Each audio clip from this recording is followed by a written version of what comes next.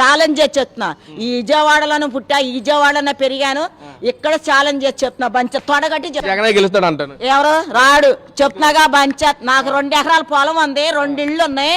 బంచ నేను ఇచ్చేస్తా. నేను ఇంకేముంది, అయిపోయింది. ఇంక మళ్ళీ ఎవరు రానివ్వరు. ఈయన ఏదో ఊహల్లో పడిపోయి నేను రఫా రఫా పపా పాప అంటున్నాడు. కానీ రఫా రఫా ఇంట్లో కొట్టుకోవాలి, పాపా పాప ఇంట్లోనే కొట్టు. 420 కాదు కదా, ఏ 20 వేసినా కూడా అక్కడ ఏమి చల్లదు. ఈయనే దేవుడు. చిన్న పేట వేసుకొని ఇంట్లో కూర్చోవాల్సిందే కానీ పెద్ద పేట వేసుకొని ఎక్కడికి రాలేడు ఆయన. అమ్మా నమస్తే, మీ పేరమ్మా? నా పేరు దుర్గండి. ఏం చేస్తారు? నేను హౌస్ వైఫ్ నండి. ఇప్పుడు ఎలా ఉంది పరిపాలన, ఎలా ఉంది? చంద్రబాబు 18 నెలలు అయింది. మీలాంటి మహిళలకి చంద్రబాబు మోసం చేశాడు, మోసపూరిత హామీలు ఇచ్చారని చెప్పి వైఎస్ జగన్మోహన్ రెడ్డి అంటా ఉన్నారు. ఏం చెప్తారు మీరు?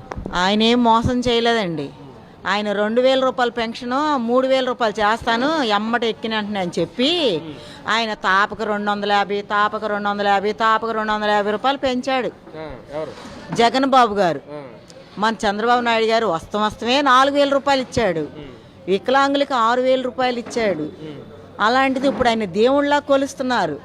ఇంటింటికి ఒక ఫోటో కూడా పెట్టుకుంటారు. ఎందుకంటే బస్సు ఫ్రీ చేశాడు.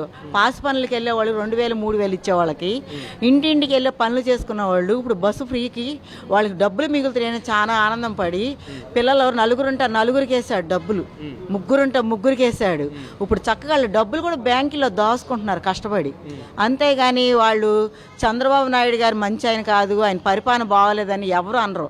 అనేవాళ్ళు ఎవరంటే ఆయన చెందినోళ్ళు పని చేసేవాళ్ళ మీద బురద చింపితే ఇప్పుడు ఈ ముద్ద కూడా లేకోకుండా ఈ పనులు చేసేవాళ్ళు, ఈ అనాథ వాళ్ళు ఉంటారు కదా చాలా మంది, వాళ్ళు బాధపడుతున్నారు కదా. వాళ్ళు బాధపడకుండా రోడ్ల మీద కూడా లేకోకుండా ఒక హాస్టల్ అనేది పెట్టి చంద్రబాబు నాయుడు గారు ఎక్కడ కూడా అసలు నిరుద్యోగ వాళ్ళు ఉండకూడదు, ఎక్కడ కూడా రోడ్ల మీద ఉండకూడదు అని చెప్పి వాళ్ళకి ఒక హాస్టల్ పెట్టి వాళ్ళందరినీ తీసుకెళ్ళి భోజనం పెడుతున్నాడు. అన్నా క్యాంటీన్లు పెట్టాడు, 5 రూపాయలు భోజనం పెట్టాడు. నువ్వు మొత్తం అన్నా క్యాంటీన్లు తీసేసావు. ఇప్పుడు ఎంతమంది బాధపడేవాళ్ళు అప్పుడు రోడ్ల మీద. ఇప్పుడు ఎవరు కూడా రోడ్ల మీద బాధపడతారు. రిక్షా తొక్కేవాళ్ళు, ఆటో వేసేవాళ్ళు 5 రూపాయలు భోజనం తిని చక్కగా వెళ్ళిపోతున్నారు. వాళ్ళ పిల్లలకి 4000, 4 పిల్లలు ఉంటే 4 డబ్బులు వేస్తున్నారు. 5 ఉంటే 5 డబ్బులు వేశారు, 3 ఉంటే 3 డబ్బులు వేశారు. ఇప్పుడు బ్యాంకులో డబ్బులు దాచుకుంటున్నారు. ఆటో వాళ్ళు మాకు బస్సు ఫ్రీ పెట్టారు, మాకు డబ్బులు లేవు, మేము ఎంత ఇబ్బంది పడిపోతున్నాం అంటే ఆటో వాళ్ళందరికి కూడా 15,000 రూపాయలు లెక్కన వేసాడు మొన్న. మరి ఇంకా ఆయన ఇంకేం బొచ్చుతాడండి? ఇంటికో ఫోటో పెట్టుకుంటారు. ఆయన మళ్ళా సీఎం ఆయనే అవుతాడు. అంటే చంద్రబాబు మీద మోసపూరిత హామీలు చేశాడు కాబట్టి, పథకాలతో మోసం చేశాడు కాబట్టి చంద్రబాబు మీద 420 కేసు వేయాలని చెప్పి జగన్ అంటున్నాడు. 420 కాదు కదా, ఏ 20 వేసినా కూడా అక్కడ ఏమి చల్లదు. ఈయనే దేవుడు. ప్రజలందరూ ఆయన పట్టున ఉన్నారు. ఆయన మనం చేసే పనులన్నీ మంచి పనులు.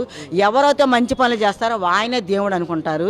ఇప్పుడు 3 కూడా పార్టీలు కలిసినాయి కాబట్టి అందుకే ఆయన దేవుడు అని కోరుస్తున్నారు. గతంలో జగన్మోహన్ రెడ్డి ఏమో పథకాలు, ఏం పథకాలు ఇచ్చాడండి? ఏం పథకాలు ఇచ్చాడు?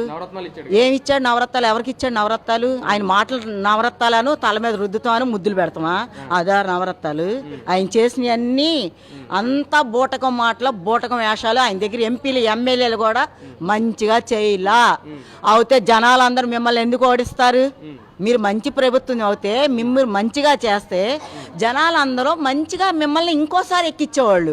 మీ నాన్నగారు మంచి పనులు చేశారని మిమ్మల్ని అందరూ ప్రజలందరూ కోరుకొని మీ నాన్నగారు గౌరవం మీద మీకేసి మిమ్మల్ని అంతవాడిని చేశారు.